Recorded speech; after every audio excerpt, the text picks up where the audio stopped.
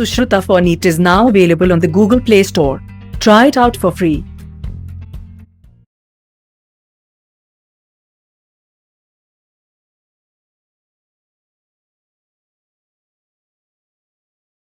I would like to take up where we stopped in the last class. 1 minute, I don't know whether you see this or not. I don't think that. Yes.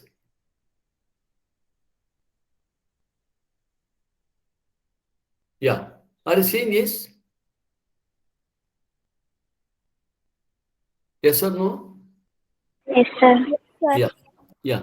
So, have you studied about dairy farming and poultry? We shall know a little bit more whatever is given in a NCRT book. Okay. Breeding of animals is an important aspect of animal husbandry, where animals are reared and made provision for mating and breeding. Animal breeding aims at increasing the yield of animals. Mainly, it is to increase the yield of animals and improving the desirable qualities of the produce. Improving the desirable qualities, whatever you are looking for. Maybe milk, maybe meat, or maybe wool in case of sheep. So, first of all, increase in yield. Second, improving the quality of the yield. For what kind of characters would you breed animals? Would the selection of characters differ with the choice of animals? What do you understand by the term breed? This is always asked a question. What is a breed? A group of animals related by descent means hereditary relationship. A group of animals related by descent and similar in most characters like general appearance, features, size, configuration, etc. are said to belong to a breed. So, therefore, yesterday we said Hallikar breed, Amrit Mahal breed, Holstein Friesian, Jersey, they all resemble each other by descent. That means the calf looks like the mother cow. Young one looks like the parent. In what all? In general appearance, features, size, configuration, etc. Now, we shall look into when breeding is between animals of the same breed. Very, very important terms. Always ask a question, what is inbreeding? What is outbreeding? Okay, what is crossbreeding, like that. You must remember, I shall make it very clear. When breeding is between animals of the same breed, between the animals belonging to the same breed, it is called inbreeding. While crosses between different breeds are called outbreeding. So I hope you understand this point. Breeding between the animals of the same breed, inbreeding. Crosses between different breeds, outbreeding. Amrit Mahal crossed with Hallikar, outbreeding. One individual of Amrit Mahal bred with another individual, inbreeding. Inbreeding. Inbreeding refers to the mating of more closely related individuals within the same breed for 4 to 6 generations. What do you mean by this? Inbreeding refers to the mating of more closely related individuals within the same breed for 4 to 6 generations. Who will give me the correct idea with regard to that? What you understood about this? Hello? Canis, are you there? Yes, sir. Can you tell me what is this? Inbreeding refers to the mating of more closely related individuals. Very, very important term. Within the same breed for 4 to 6 generations. Who will answer this question, Rafa? Aisha? Hello? Siddesh? Harshavardhan? Prithvi, Namrata, Diti, Jayasri. Come on, who will tell me? Anyone got the idea? Prithvi? Hello? Yes, sir. You got the idea? Sir, it might be breeding between siblings and that types. Between siblings and between the Closely, siblings, closely related ones. close related in what sense? Yes, you are right. You are right. It is suppose, now let us see that A is the mother, A has given birth to B, C. Let us see that B, C, this C has given birth to, again, it has given birth to D and E. Sometimes what happens, this is a C, this is a cow, and E, let us see that it's a bull. This bull mates with this cow. Bullock mates with this cow. Or this, in this way, if at all this is the son, this is the calf, male calf, this may mate with this cow. That is what is called closely related individual, mating between more closely related individuals. I'll come to this point. The breeding strategy is as follows. Superior males and superior females of the same breed are identified and mated in pairs. Superior males in the sense, good at work. Superior females in the sense, good in milking. The progeny obtained from such matings are evaluated, and superior males and females among them are identified for further mating. So from generation to generation, the good quality, superior male and females are identified and they are used for mating with close relatives. Many times, a mother cow may be made to mate with its own son, or a female calf born to the same mother may be mated with the male calf born to the same mother. Are you understanding my point, Kanisa? Rafa? Yes, sir. Yes, sir. Superior female, in the case of cattle, is the cow or buffalo that produces more milk per lactation. On the other hand, superior male is a bull which gives rise to superior progeny as compared to those of other males. So this is what superior. So try to recollect the homozygous pure lines. Homozygous pure lines developed by Mendel as discussed in chapter 5. You know, if at all these heterozygous, two heterozygous individuals, two heterozygous organisms are made, what will happen after generation to generation? What will happen? In the first generation, second generation, third generation, what will happen? When these heterozygous individuals are mated or crossed, you know, generation after generation, what goes on increasing? Homozygosity goes on increasing. When these two individuals are mating, you know, 1/4 will be homozygous dominant, 1/4 will be homozygous dominant, 50% is heterozygous, 1/4 is homozygous recessive. And this will go on producing homozygous individuals. This will go on producing homozygous individuals thereafter. So as the generation passes one after another, you see that homozygous, because when this gets sulfur, you see more addition of AA here, more addition of AA to this. That means generation after generation, homozygous individuals, either of dominant or of recessive character, go on increasing. So, a similar strategy is used for developing pure lines in cattle as was in case of peas. Inbreeding increases homozygosity. Very, very important term. Inbreeding increases homozygosity. Have you understood this? Every one of you? If you have not understood, I'll stop it and I'll explain it. Inbreeding increases homozygosity. Janani, Harshavardhan, Siddesh, Rafa, have you understood this? Kavita, sir.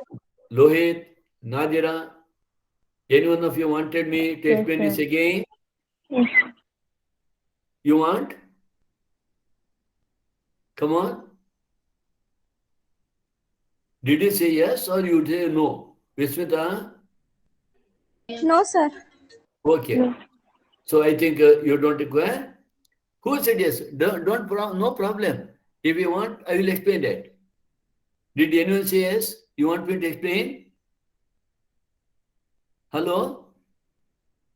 Okay. So you know that. So now coming to this.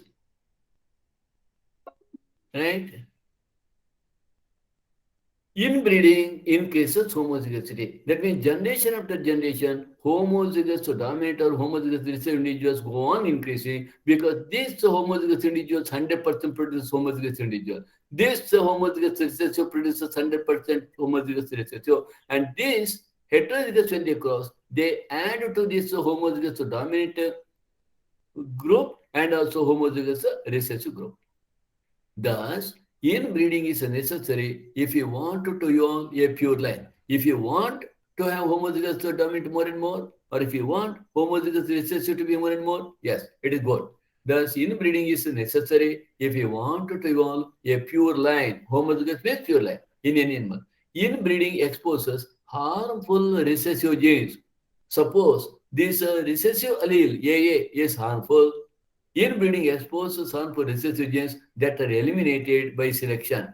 So if you know that the harmful recessive genes, homozygous condition, they are very much harmful. Any gene in homozygous recessive condition is harmful. Now we know that this particular individual got this recessive gene, so we can eliminate. We will not go for the arranging for mating. It also helps in accumulation of superior genes and elimination of less or less desirable genes. Now, if you only consider that capital AA is a superior gene, small AA is the less desirable gene, so we can go for only capital AA having a progeny and not the small AA. Therefore, this approach where there is a selection at each step increases the productivity of inbred population. Okay, but however, continued inbreeding, especially close inbreeding, usually reduces fertility and even productivity. Now, I shall give you one example. Now, do you think that marriages between close blood relatives is good or bad? Marriages between bad. Why? Because if marriage is between close relatives, what it does? It increases homozygosity. Inbreeding, marriage between close blood relatives is as good as inbreeding. It increases homozygosity, and as a result of which happens, there will be inbreeding depression. Inbreeding depression, because more and more the genes start accumulating, and it may be of harmful also. It results in inbreeding depression. Whenever this becomes a problem, selected animals of the breeding population should be mated with the unrelated superior animals of the same breed. Now let us see that. What happens now because of the inbreeding in a small village. The mother cow, is made to mate with her own son, like that for third generation. So this leads to inbreeding depression. So then what one should do? This cow should be mated with the bull from distant places, from other place. So it can be solved. This problem can be solved to a certain extent. Okay. Now outbreeding. Outbreeding is the breeding of unrelated animals. So inbreeding is a breeding of related animals for 4 to 6 generation. This is quite opposite. Outbreeding is the breeding of the unrelated animals which may be between individuals of the same breed but having no common ancestor. Remember, outbreeding means not that two separate species. It may be outbreeding is the breeding of unrelated animals belonging to the same species, but what you see, having no common ancestors for 4 to 6 generations. For example, if at all you have a cow, let us say that from Udupi, to in order to avoid that inbreeding depression, The Udupi cow is mated with the bullock from Kundapura or Mangalore. So this is a distant place. Okay. So outbreeding is the breeding of the unrelated animal, unrelated, not different species, same species. Unrelated animals which may be between individuals to the same breed, but having no common ancestor for 4 to 6 generations. Some cows of Bangalore mated with the bullock of Mysore, not of Rajajinagar area only, not of this Jayanagar area, no, from distant places. So same breed but have no common ancestor for 4 to 6 generation, and then it is called outcrossing. So outbreeding is of many types. Whenever we breed the unrelated animal but belonging to the same breed, but having no common ancestor for 4 to 6 generation, then it is called outcrossing. You will be asked, what is inbreeding? What is outbreeding? What is outcrossing? What is crossbreeding? So between the different breeds, as I said, Hallikar, Amritmal, different breeds, it is a crossbreeding. Or different species, interspecific hybridization. This is another important sentence. So you must know first the difference between inbreeding and outbreeding. And in outbreeding, we come across 3 categories. What are they? Outcrossing, crossbreeding, and interspecific hybridization. Interspecific means breeding between 2 different species. Have you understood? Have you followed this? Have you followed this, Namrata? Yes, sir. Diti? Lohit? Yes, sir. Okay. Now outcrossing. This is the practice of mating of animals within the same breed. Please remember, it is within the same breed, but having no common ancestors on either side of their pedigree up to 4 to 6 generation. There is no common ancestor.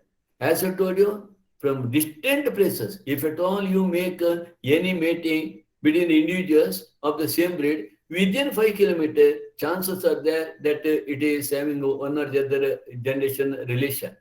If at all you make it a point to mate the bullocks with the cow of about 20, 30 kilometers distance, then they will not be generally common ancestor on either side for up to 4 to 6 generations. The offspring of such a mating is known as outcross. Always ask a question, outcrossing. Okay, it is the best breeding method for animals that are below average in productivity of milk production, growth rate in beef cattle, etc. A single outcross often helps to overcome inbreeding depression. Is it clear? Anyone has any doubt? Now let us look into crossbreeding.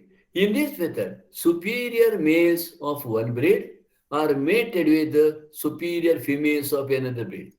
Superior males of one breed are mated with the superior females of another breed. Okay, so that is crossbreeding. Crossbreeding allows the desirable qualities of 2 different breeds to be combined. Many times what happens, I have mentioned yesterday with regard to Holstein Friesian, Jersey. This, you do come across Holstein Friesian Jersey in India. But remember, whatever Holstein Friesian you see in India, they are not 100% pure HF. Holstein Friesian, original one, pure one, was mated with the local breed here. And whatever you see, it is a hybrid variety of Holstein Friesian. It is due to crossbreeding. It is due to crossbreeding of local variety with exotic species, and it shows the external features of the exotic breed. Right? Crossbreeding. The progeny hybrid animals may themselves be used for commercial production. Alternatively, they may be subjected to some form of inbreeding and selection to develop new stable breeds that may be superior to the existing breed. Now, if at all you ask me, why, sir, the HF, Jersey, etc., they are mated with the local breed? Can anyone tell me why they are mated with the local breed and formed crossbreeding? Whatever you see, HF and all, these are not 100% pure. These are cross-breeding products. Why? Can you tell me why that we are not going for 100% pure breed of HF? The survivability of the Yes, Rakesh? to this temperature they could not survive. Yeah. Now, if at all we go for HF, Jersey, most of these are of temperate countries. If at all you get 100% pure breed, they cannot survive here. It becomes very difficult for them to cope up with the environmental changes. So if at all we make some cross with the local breed will be having a resistance power, they get adjusted so quickly. So that is why generally we just bring pure line HF, Jets, etc. and cross with the local variety. So now you see here, you have, for example, Hisardale. Hisardale is a new breed of sheep. This is what you have, Hisardale. New breed of sheep developed in Punjab by crossing Bikaner ewes with the merino rams. So this is what you have, Bikaner ewe, and this is a merino ram. This is a female, this is a male. When these two are crossed, you do get what is called Hisardale. Hisardale is produced by crossbreeding. What is the advantage of this? This Hisardale, it has a good quality milk, just like that of the Bikaner ewes, and it is good with regard to the wool that it produces, just like the merino ram. So you must remember, Hisardale is a new breed of sheep developed in Punjab by crossing Bikaner ewes and merino rams. Understood? Okay? Clear? Now, I would like to give, just for your information, what is inbreeding? Just I have already told you, but if you don't want, you can note down. Mating involving parents and siblings. Parents and siblings. Here, mating involving parents and siblings. Sibling means parent here, parent, that is the mother cow is mated with the son calf, or the father bull may be used for inseminating the daughter calf. So here, mating between brother and sisters, inbreeding is a mating between brother and sister, or father and daughter, or mother and son, or half brother and half sister. So this all comes under inbreeding. Understood? Clear? Clear? Outcrossing, breeding of unrelated animals. Unrelated animals, remember, but belong to the same species. Works best if one or both are inbred or line-bred. Okay. Now you may be interested to know what is this half brother or half sister. Okay. Half brother, half sister. They may share the same mother. Mother is same, but a different father. Mother same, but a different father. In which case they are known as uterine siblings or maternal half brothers or half sister. Or they may have the same father, but a different mothers. In which case they are known as agnate siblings or paternal half brothers or half sisters. Clear? Understood? Yes, sir. Shall you go ahead? Okay. Now, let us look into interspecific hybridization. In this method, male and female of two different related species are mated. Two different related species, different species are mated. In some cases, the progeny may combine desirable features of both the parents and may be considerable economic value. So we are crossing two different species, of course, a little bit closely related, different species, and in this case, the progeny may have both the features of both the parents and maybe of economic value, economic value. Example is the mule. I do not know whether you heard about this mule. I got an opportunity to ride on this mule when I had been to Kedarnath. So, what is a mule? A mule is the offspring of a male donkey male donkey and a female horse. Male donkey and a female horse. Female horse. ಏನಪ್ಪ ಏನು ಕ್ಲಾಸಲ್ಲಿ ಇದ್ದೇನೆ. Okay, male donkey and a female horse. A mule is the offspring of a male donkey and a female horse. Right? Horses and donkeys are different species with the different numbers of chromosomes. Of the two F1 hybrids, between these two species, a mule is easier to obtain than another one, hiney. So what do you remember? You just remember what is a mule and what is hiney. Hiney, it's the offspring of a female donkey and male horse. Mule is male donkey, female horse. Progeny of male donkey, female horse. Hiney is the progeny or offspring of female donkey, male horse. Okay, shall we go ahead? Is it clear? Right? Siddesh, Harshavardhan, Sir. shall we go ahead? Sir. This is mule. This mule, it has the ability to walk fast, just like the horse, and also to bear a lot of weight, just like the ass, donkey. This is the offspring of male donkey and female horse. Male donkey and female horse, mule. And this is hiney. Okay? Female donkey, male horse. Right? Horse plus donkey is equal to mule. Right? So this is hiney. Who is hiney? This one, not this. Okay? Navya. Right. So, now let us look into controlled breeding experiments. Controlled breeding experiments are carried out using artificial insemination.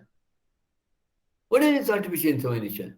The semen is collected from the male that is chosen as a parent and injected into the reproductive tract of the selected female by the breeder.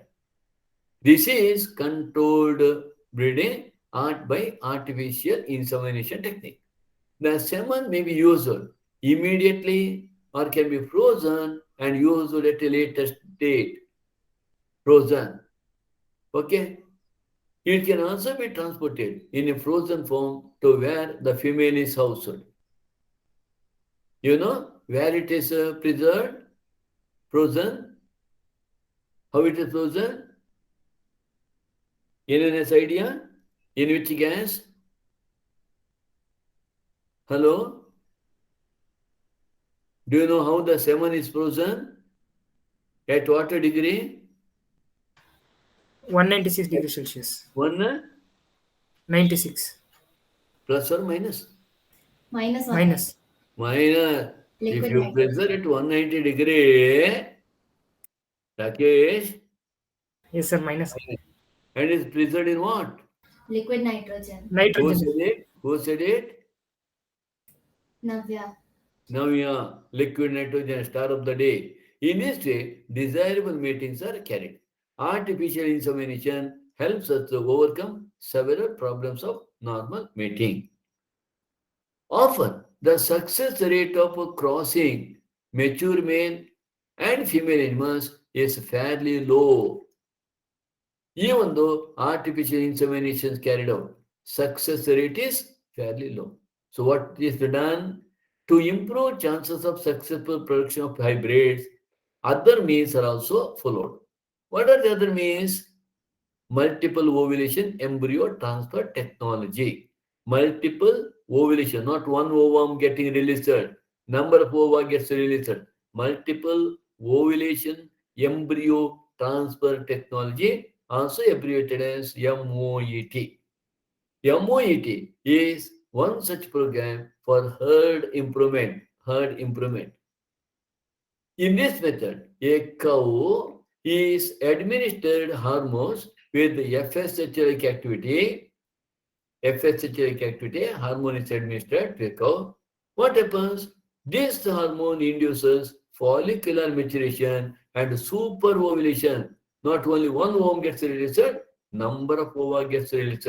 That is what we call superovulation. Instead of one egg, which they normally yield per cycle, they produce 6 to 8 eggs. Therefore, it is called superovulation. When FSH-like hormone is administered into the female artificially, instead of one egg, the female yield around 6 to 8 eggs. So all these 6 to 8 eggs, of course, these eggs are yielded by a superior cow, superior female, and all these 6 to 8 eggs are properly got fertilized. They'll be made to get fertilized properly, and these fertilized zygote are then transferred into 6 to 8 ordinary cow. The ordinary surrogate mother, what we say, the cow, even though it is ordinary, but the egg is from superior female, and the sperm is from superior male. So superiority of the zygote is made to just develop inside an ordinary cow. And this cow gives birth to superior variety calf. Have you understood this point?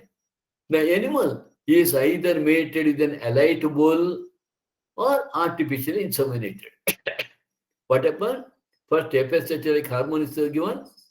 It makes the female to produce 6 to 8 eggs, and these 6 to 8 eggs are artificially inseminated.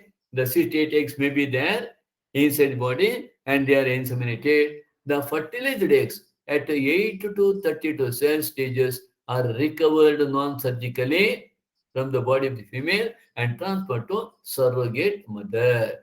So all these 6 to 8 eggs which got no fertilizer, they are removed from the body of the mother, or they may be made to undergo fertilization artificially in the laboratory, and these zygote at the stage of 8 to 32 cell, they are transferred to surrogate mother. The genetic mother is available for another round of superovulation. That means already where we have treated FSH, that particular mother now may be given another injection, may be made to release again superovulation of 6 to 8 eggs, and again they are fertilized, and again after fertilization or insemination and fertilization, the zygotes are introduced into the body of surrogate mother. This technology has been demonstrated for cattle, sheep, rabbits, buffaloes, mares, etc. Mare, female horse. High milk-yielding breeds of females and high-quality meat-yielding bulls have been bred successfully to increase the herd size in a short time. Have you understood this? Clear? Have you followed? Hello? Yes, sir. Shall I continue? Are you hearing me? Yes, sir. Yeah. So by mistake, I pressed on some button. Okay. So do you have any doubts? No doubt? Now let us move to multiple ovulation embryo transfer MOT. This already I explained. Okay. Let's know it. Now we shall look into beekeeping. Beekeeping. I hope no one has any doubt. Yes, sir. Yeah. Yeah. Tomorrow we are going to discuss MCQs on which topic? Hello? Hello? Human? Are you not hearing me? Human health and disease. Have you seen this paper, MCQs? Where it is available? Classroom. Google Classroom. Okay, please come well prepared. Tomorrow morning at 6 o'clock in Zoom. Now coming to this beekeeping. Beekeeping is also known as apiculture. It is the maintenance of hives of honeybees for the production of honey mainly and wax secondarily. It has been age-old cottage industry. Honey is a food of high nutritive value and also finds use in the indigenous systems of medicine. That is your local medicine, folklore medicine, want to say, or Ayurvedic medicine. Honeybee also produces beeswax, which finds many uses in industry, such as in the preparation of cosmetics and polishes of various kinds. The increased demand of honey has led to large-scale beekeeping practices. It has become an established income-generating industry, whether practiced on a small or on large scale. Beekeeping can be practiced in any area where there is sufficient bee pasture. What do you mean by bee pasture?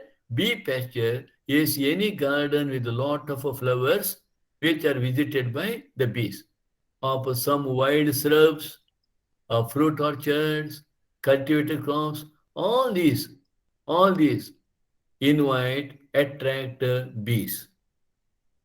There are several species of honeybees which can be reared. Of these, the most common species is Apis indica, important. In our country, Apis indica is mainly used in apiculture. Beehives can be kept in one's courtyard, on the veranda of the houses, or even on the roof. You can keep anywhere, but the only thing is that they must get sufficient flowers to collect the nectar. Beekeeping is not labor intensive. Anybody can, if at all you just keep, there is no maintenance problem. Beekeeping, though relatively easy, does require some specialized knowledge, and there are several organizations that teach or help in beekeeping. The following points are important for successful beekeeping. 1. Knowledge of the nature and habits of bees. Selection of suitable location for keeping the beehive. Catching and hiving of swarms, that is a group of bees. That means catching the group, especially one has to catch the female queen, and then put queen along with the workers and other members into the beehive. Management of beehives during different seasons, and handling and collection of honey and of beeswax. These are the certain important points which are required in beekeeping. Bees are the pollinators of many of our crop species. Pollinators of many of our crop species. Right? Like sunflower, brassica, apple, pear, etc. Keeping beehives in a crop fields during flowering season increases pollination efficiency and improves the yield beneficial both from the point of view of crop yield and also honey yield. So only we have to see that the beehives are placed properly in such places where the bees get sufficient nectar, and for that there should be a crop also. So whenever you just get that, it helps in the crop yield because it brings out pollination, and also this helps in the honey yield. Right? Now, little bit additional points pertaining to beekeeping. Apiculture beekeeping is care and management of bees to obtain honey and wax, as I said. So, honey is a sweet syrup. It contains 15 to 20% water. What is most important is that it contains 70 to 80% sugar. It is a fructose sugar. Traces of minerals, enzymes, vitamins, plant pigments. Therefore, a healthy person who is not suffering from diabetes and all, he can always have every day 1 spoon of this honey, put it to lukewarm water, stir it and drink it. It is very, very good for the health. Right? I am not educating it for the diabetic patients. Honey is one of the richest foods and has high nutritive value. It is also used in Ayurvedic and other indigenous local systems of medicine. Beeswax is used in preparing cosmetic creams, polish, ointments, and paints. Honeybees are important pollinators of several fruit and seed crops. The place where the honeybees are cultured and bred to get commercial products is called apiary. This is another term you are supposed to know. Apiary. It is the place where the bees are cultured. There is a huge demand for honey and it has promoted the beekeeping industry. Beekeeping can be practiced in any area where there are plenty of nectar producing plants of both wild and domesticated one. India has, this is another important point, India has 4 species of honeybees, Apis indica, Indian bee, Apis dorsata, rock bee, largest honeybee in India, Apis dorsata, Apis florea, little bee, and you have Apis trigona. These are the 4 species that you come across in India. Apis indica is mainly used in bee culture. Okay. Apis dorsata is one which always grow on the buildings, on the trees, branches of trees, huge buildings, the large bee colony, beehive colony. It's one of Apis dorsata. Shall we look into that? Okay. Now, this is what we have Apis dorsata. It is a Apis dorsata. What I said, this is one which is the largest one in India.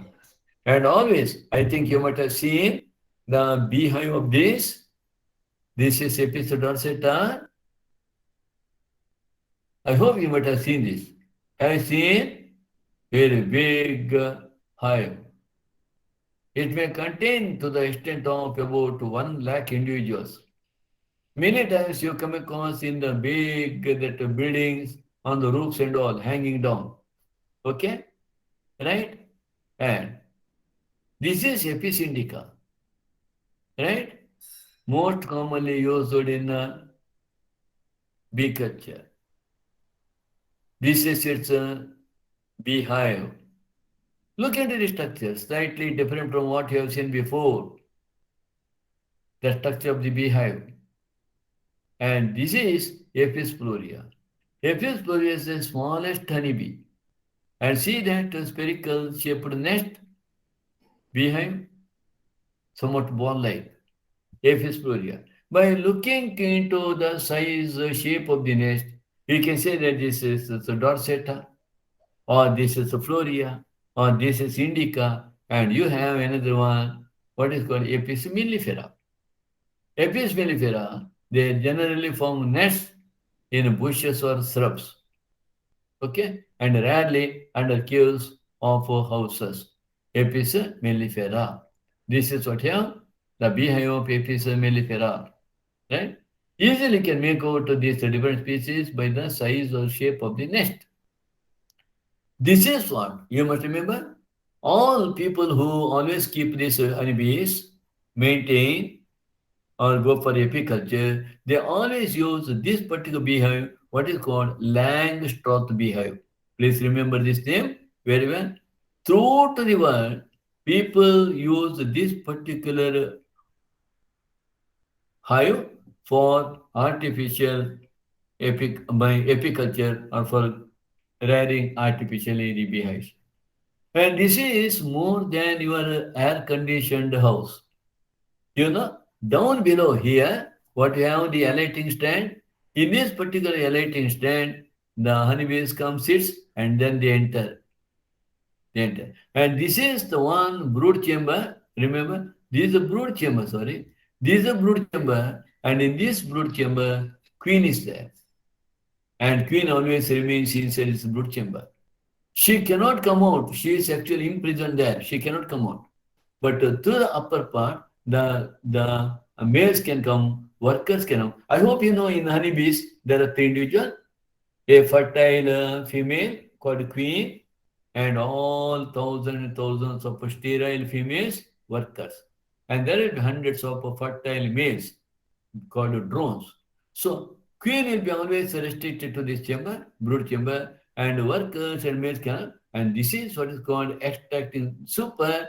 And here, actually, whatever that honey is made, it is made here. And if not, it is full one more that super can kept there, and later this is closed by the cover, inner cover and outer cover. Well, of course, there will not be any gap. Once these are all properly placed, it is more than an air-conditioned room, right? This is what Langstroth beehive, right? Same another one. You just know the name. You will not be asked to label that different parts and all, but you must know which is the beehive that is used extensively in the apiculture. It is the Langstroth beehive throughout the world, right? Honeybees are social insects, live in societies called colonies. As I told you, there are 3 individuals in this colony. It is a polymorph colony having a fertile diploid female queen, a large number of diploid sterile females called workers. Their number may vary from 40 to 80,000, and a few haploid individuals called drones. Okay, you would like to see them? This is what you have: worker, queen, and drone. The queen is important, has a lifespan of about 2 years, not more than that generally, and lays nearly 3,000 eggs per day. Remember, workers have a lifespan of about 6 weeks to 4 months. Workers, at the maximum, they live for about 4 months.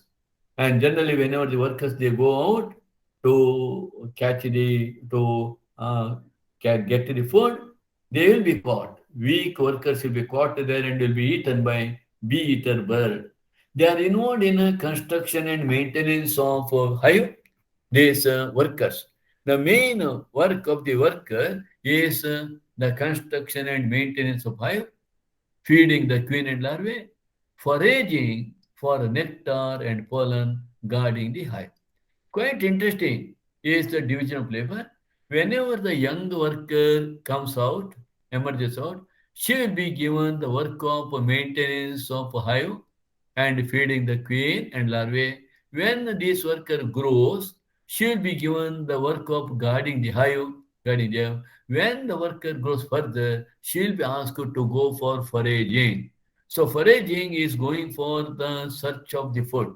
Can anyone tell me why that aged workers are sent for foraging? Is it not that it is most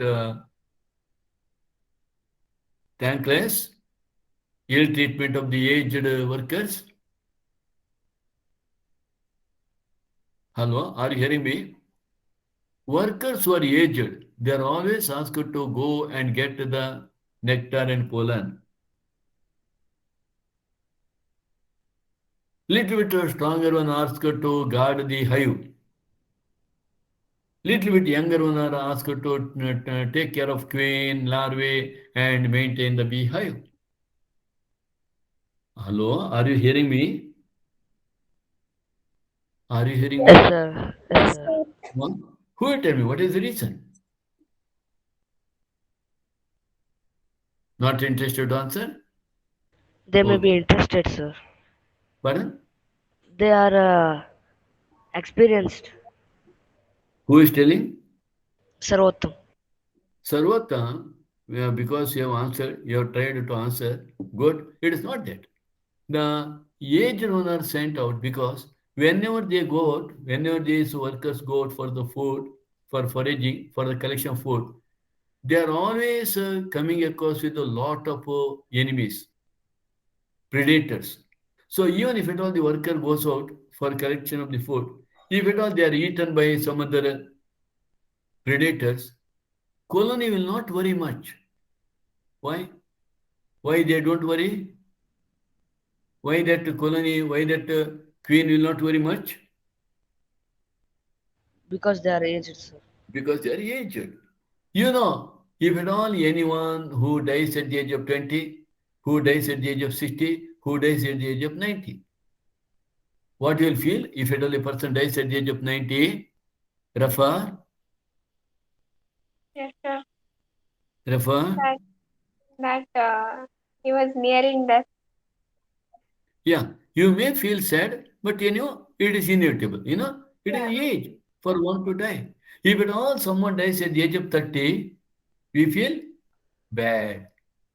We start asking, what we ask, Rafa? You come to know that someone died. Some gentleman died at the age of 30. What you ask? So With young. the person How who did has he die? how?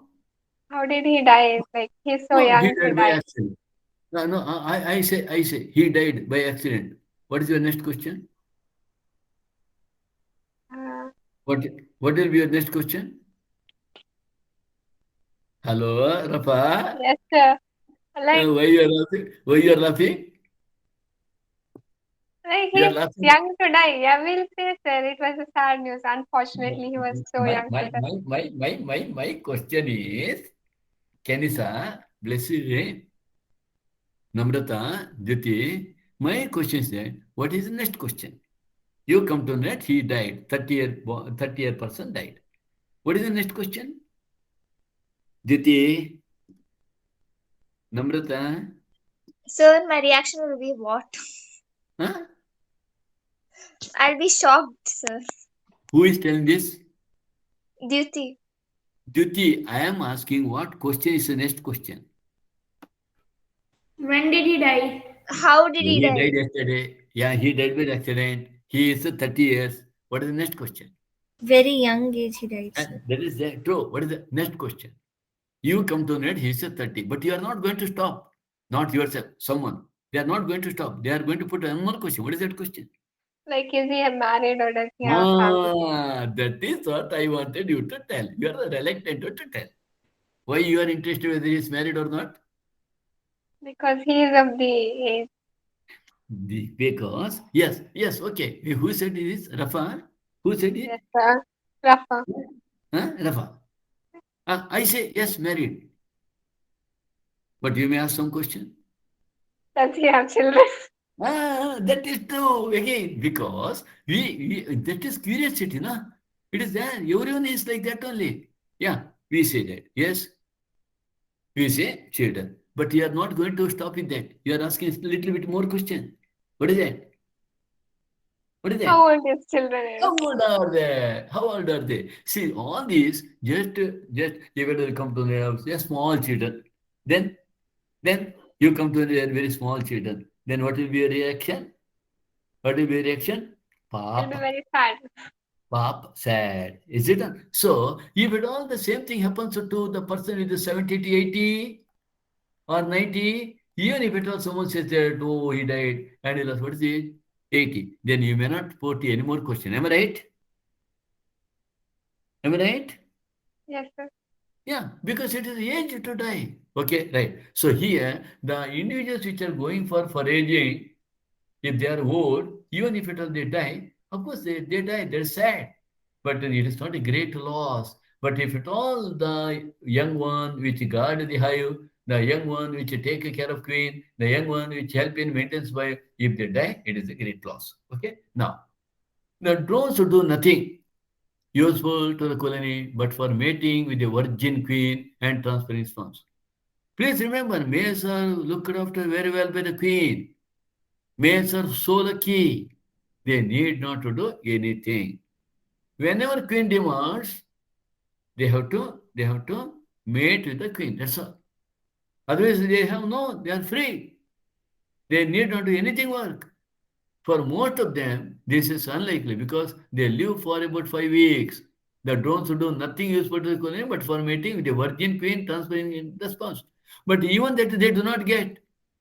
For most of them, this is unlikely because they live for about 5 weeks and the queen mates only once in her lifetime. This is only 5 weeks they live, just like that of the worker. 5 to 6 weeks, that's all. But one thing that you should know, queen mates only once in her lifetime. That's very important.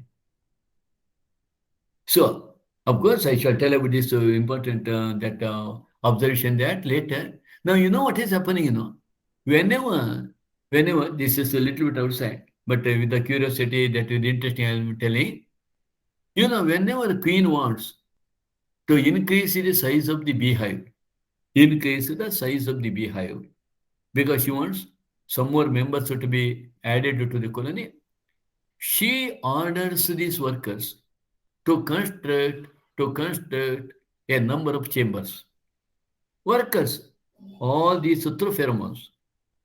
They always the workers should be touching the queen. Always they should be in contact with the queen with the antennae. They'll be touching that queen. Whatever the queen tells, immediately it passes to the worker, nearby worker, and that worker to another worker like that, just like what we go for relay race. Like that it is just a conveyed matrix conveyed to the other members. So now what happens is that when the female wants the colony to be built, she will order the workers to build small chambers, and in that small chambers, she lays the eggs. And these eggs, which she lays in the small chamber, these are actually the sometimes you come across them, they are fertilized. Sometimes they are not fertilized. If the eggs are fertilized by the sperms she has some pocket of sperms. She has sperms in her body, which she got stored in her body, and she releases these sperms into these small chambers. From there, from the fertilized egg, which will come out, from the fertilized egg, the workers will come. And these workers, because they always lick the body of the queen, immediately they become sterile. Workers become sterile.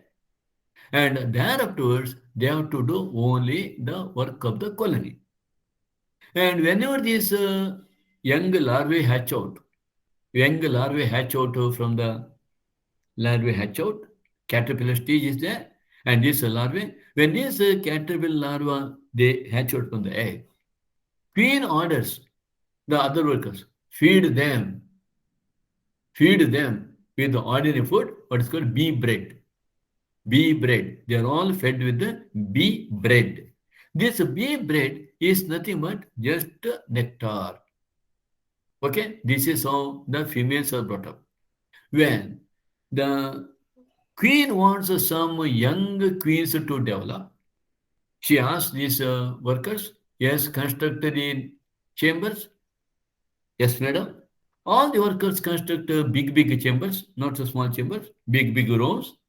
Female lays the eggs in that, and afterwards she releases the sperms on them. They get fertilized, and from these big chambers, from these the larvae come out. When the larvae come out, these larvae which come out of the egg, these larvae are fed with royal jelly, not ordinary bee bread, royal jelly. What is there in that royal jelly? In that royal jelly, you come across a nectar, you come across pollen grains, and along with that, to that she adds saliva. All these are mixed and given to this. To whom? Budding queens. Out of these many queens, what will happen, the first emerging out queen, the one which emerges out, the first emerging out queen, after the larva stage, caterpillar larva stage, pupa stage of that, the first emerging out queen, what she does, she kills the growing caterpillar larva of all other chambers. She doesn't want others to come because she wants she only to be there. And she'll come out.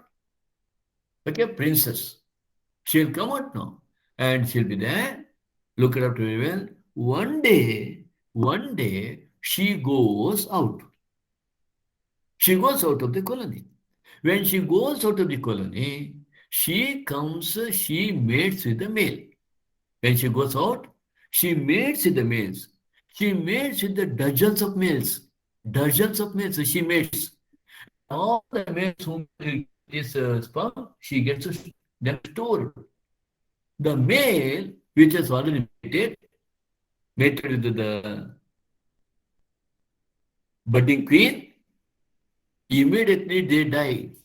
Once they mate, they fall down and they die. And this queen, with all the sperms of the males with whom she has mated, she comes back. Once she comes back to the colony, you know what happens? Mother is there, Mother queen, Mother queen, she selects very loyal workers and a couple of males, and she gives this old colony to the daughter, and she leaves that beehive and builds another beehive. And she starts remaining there, and she starts establishing that. Now, yeah, what a great mother, you know. What a great mother. Have you seen at any time the mother giving all her wealth to the daughter and going out? Have you heard of any human being? Navya? Are you there? No? Yes, sir. So, that is the greatness of mother. You think that your mother is great, but this mother keeps nothing for her, gives everything to daughter, and goes. A new queen will be produced only when the old queen dies sometimes and leaves the hive due to swarming. Beekeeper should be aware of habits and nature of bees. There will be season variation in the collection and storage of honey. During winter, the bees cluster around the hive to maintain the required temperature for survival. Okay? Now, do you know? Okay, this is what during the spring bees come very active depending on the supply of nectar and all. Okay, I will not deal much with regard to that. Okay. What I wanted to know, what I wanted to tell is that, right, this is what you have. Swarm of honeybees and the queen bee. Okay, right? Okay, let me show you some other. What I wanted to show you, yeah, diseases of honeybee. These are some of the diseases. Varroa disease. Okay, it is Varroa Jacobsoni. They are the caused by mites that feed off the body fluids of the other people larvae. Okay. Then you have what is called the American foul brood, AFB. This is this disease is caused by spore forming Panibacillus larvae, right? Then you have here chalk brood disease, fungal disease, stone brood disease, another fungal disease, black queen cell virus, BQCV. These are some of the diseases of honeybee. Now, just let me show you. Beekeepers generally, to handle the bee, they just put to smoke. And the moment the smoke comes out, the bees starts running away from this beehive. You can see that they are just dealing with that. This is what you have to remember. All these worker bees, they have on their third leg, metathoracic leg, what is called pollen basket. This is called pollen basket, and pollen basket is found on third leg. It is called metathoracic leg. Third leg. This one side and another on the other side. And in this, pollen grains are collected when they visit these different flowers. And this is what you see again, pollen baskets on the third leg or metathoracic leg. And this is what the sting you see, right? I hope you see the sting upside down, right? So whenever you are stinged by bee, immediately you have to remove that sting and throw, or you have to run away from that place. If you simply keep quiet, you know what will happen? You are having that, you got this bite of the bee, but you are not at all removing the sting also. You are simply standing there. Do you know what will happen? If at all you are near this beehive, hello? Anyone has the idea? You are very much nearer to the beehive.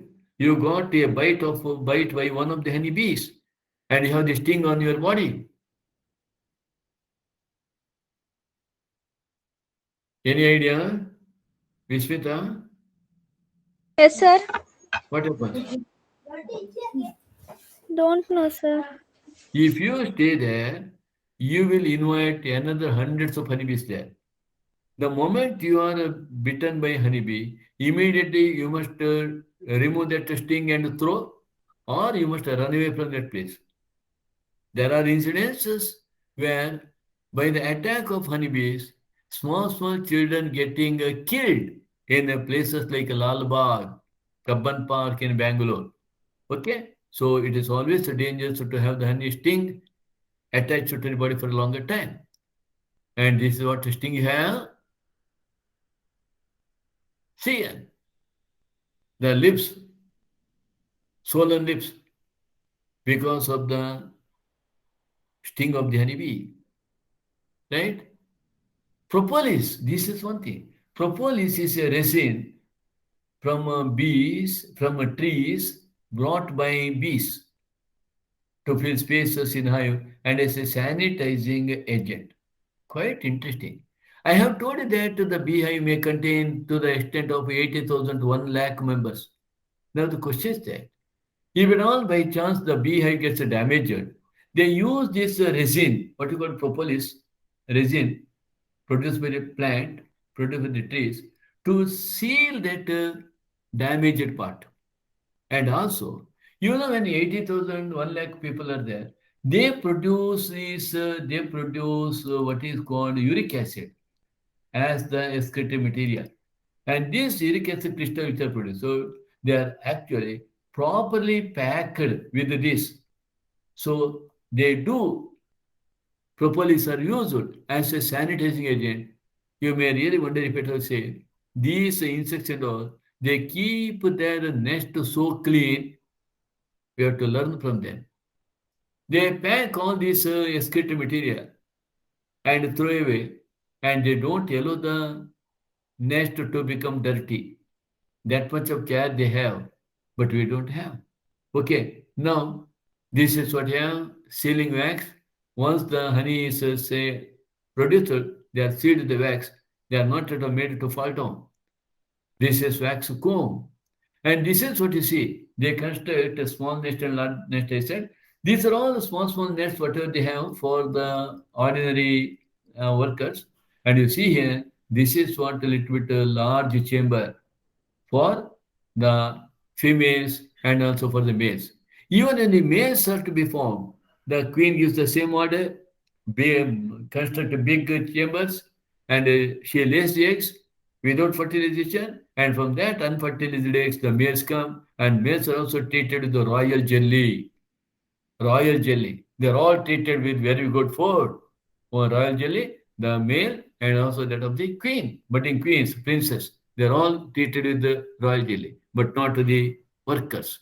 Okay. Now, I would like to say at this moment, you may be knowing that bees are well known for their communication skill.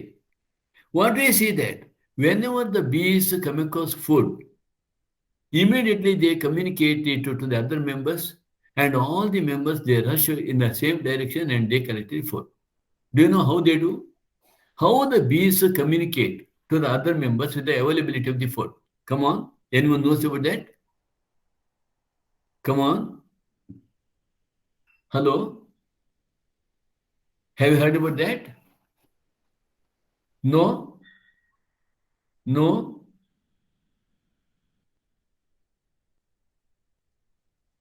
Yes, sir.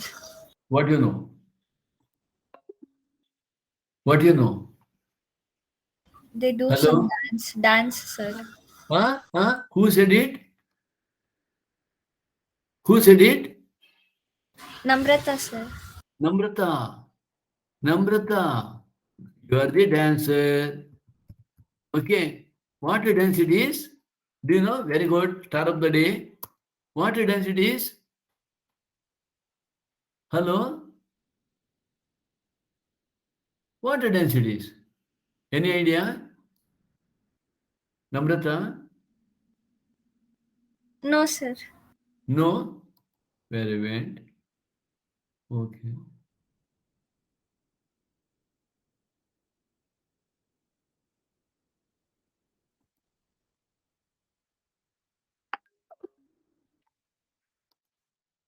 Hello? Hello? Yes, sir.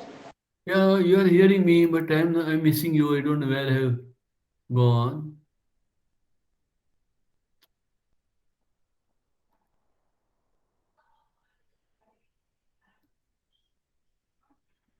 Yeah. Okay.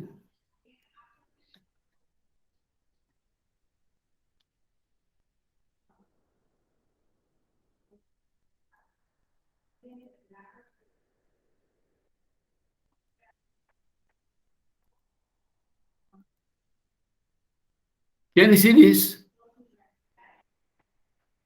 Yes, sir. What do you see?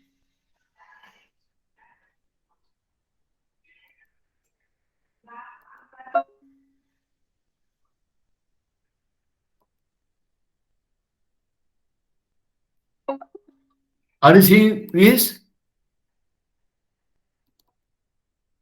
Hello? Yes, sir. Yes, sir.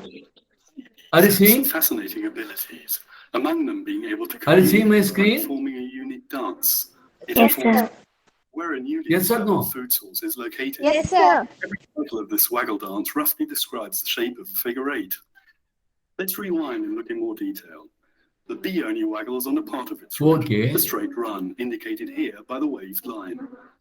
The secret lies See. in the direction of the straight run, or to be more precise, in the angle between the straight run One and the minute. perpendicular, which in this case is 90 degrees to the left. This tells the other bees Now that what food you is see? available 90 degrees to the left of the sun. If the angle is 60 degrees to the right, they'll be flying 60 degrees to the right of the sun. Hello? Hello? Yes, sir. Yes, sir. See, the bees are you seeing the screen now? Yes, sir. Yes, sir. Okay. Okay. The bees perform two types of dances. One is called round dance.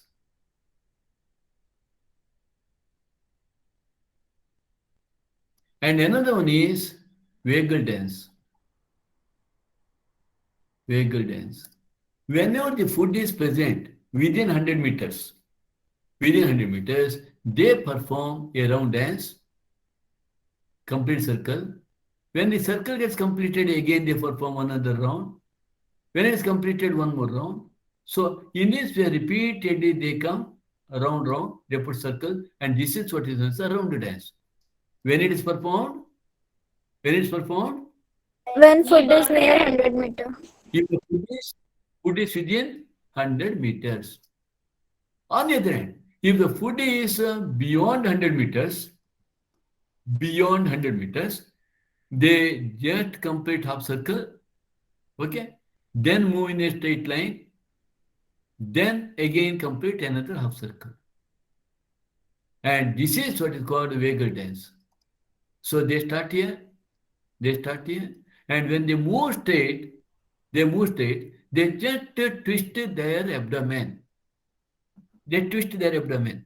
Okay? That is tail wagging dance, waggle dance. They go like this, and then they come like this, and completing the figure of 8. And this is what is called waggle dance. Waggle dance enables the individuals to know that food is available beyond 100 meters. And that too, when they move in this, they complete and again go straight and then complete. How many times they twist their abdomen, waist region? How many times they twist their buttock? 1, 2, 3, 4. They get the distance. They calculate distance, this much of away. Food is this much of away. That means whenever this the honeybee which has gone out and traces the source of food, when it comes back, they all hold it. They touch that and find. Okay, I will continue this in my next class tomorrow evening. Okay, I shall stop it here. It is 6:55.